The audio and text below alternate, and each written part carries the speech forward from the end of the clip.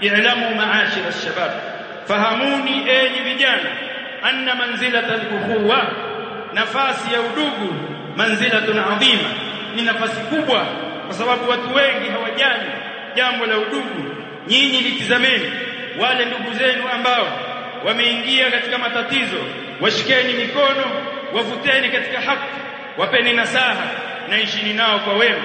Fa inna Allah ta'ala yaqulu fi kitabi, Allah subhanahu wa ta'ala anasema, innamal mu'minuna ikhwa, hakika waumini bila shaka ni ndugu.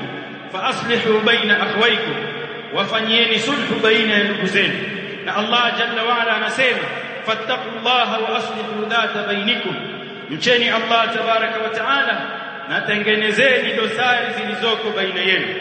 Na vile vile Allah tabaraka wa taala anasema, wadhkuru ni'matallahi alaykum, zikumbukeni neema za Allah zilizoko juu yenu, in kuntum a'da'an fa'alafa baina qulubikum, pale mlipokuwa nyinyi ni maadui Allah akatengeneza baina ya nyoyo zenu, fa asbahtum bi ni'matihi ikhwana, mkawa kwa sababu ya neema za Allah tabaraka wa taala ni ndugu. Waqala huwa alladhi ayyadaka bi nasrihi, na Allah ndiye aliyekutia wewe nguvu kwa nusra yake, wa bil mu'minin, na amekutia nguvu kwa kupitia waumini, wa allafa baina qulubihim, na akaziunganisha baina ya nyoyo zao.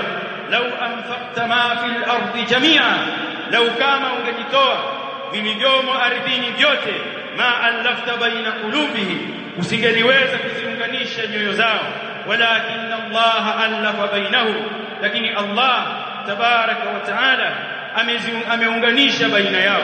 Fa'arifu qadra al-ukhuwa, fahamuni nafasi hii ya udugu. Wasbiru alaiha biduni khuluwin wala jafaa, nafanyeni subra katika jambo hili la udugu pasi na kuvuka mipaka wala kuwa na jafaa na ususuafu.